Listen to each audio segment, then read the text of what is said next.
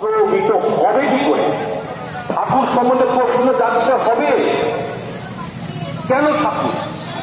প্রতি বছরের মতো এবছরও মহা ধুমধাম করে অনুষ্ঠিত হলো শ্রী শ্রী ঠাকুর অনুকূল চন্দ্রের 137তম জন্ম মহোৎসব।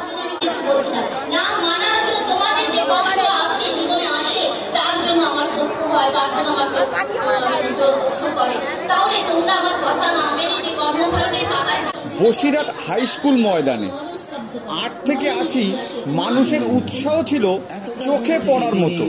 প্রত্যেক দিন প্রায় উৎসবে তিনি অ্যাটেন্ড করছেন।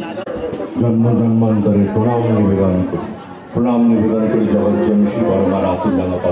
সারাদিন নানান অনুষ্ঠানের মধ্য দিয়ে সুশৃঙ্খলভাবে অনুষ্ঠান সম্পন্ন হলো।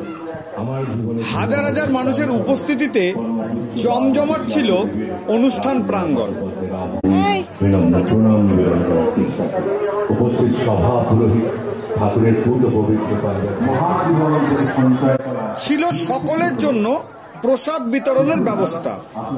ভোর থেকে একদম সন্ধ্যা পর্যন্ত অনুষ্ঠান হয়েছিল এবং প্রথম থেকেই মানুষ মাঠে ভিড় করেছিল এবং প্রচুর সংখ্যক মানুষ দূর দূরান্ত থেকে এসেছিল।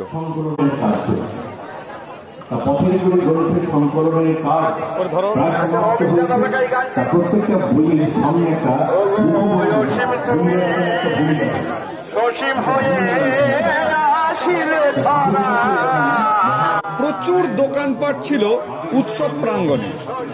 সেখানে শ্রী শ্রী ঠাকুর অনুকূল চন্দ্রের তৈরি আয়ুর্বেদিক ঔষধ থেকে ছবি, আসন, এমনকি ছোটদের খেলনাও পাওয়া যাচ্ছিল। ঠাকুরের পরিবার থেকে সদস্যরাও অনুষ্ঠানে এসেছিলেন। এখানে ছিল একটি কমপ্লেইন বক্স। অভিযোগ এবং মতামত মানুষ লিখে ওই বক্সে ফেলছিলেন। অনুষ্ঠান মঞ্চ থেকেই উত্তর দেওয়ার ব্যবস্থা ছিল।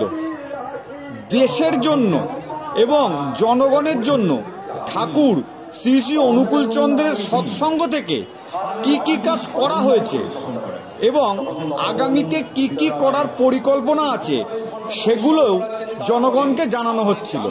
তারটা ছাপাবেন না, আমারটাই ছাপাবেন, তাহলে তাকে পরিশ্রম করবার দরকার ছিল।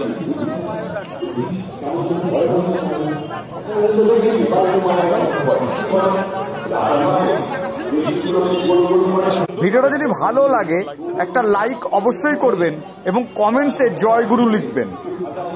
এমন ধরনের ভিডিও পেতে আমাদের চ্যানেলটাকে অবশ্যই সাবস্ক্রাইব করে দিয়ে নিচের বেল আইকনটা প্রেস করে দেবেন। ধন্যবাদ। খুব তাড়াতাড়ি নতুন ভিডিও দেখা হচ্ছে। বলছেন ধর, এই রুটিটা যখন ওই তাওয়াইয়ের মধ্যে একটু একটু ফুলে উঠেছে, তখন যদি নামাইনি ঠান্ডা করি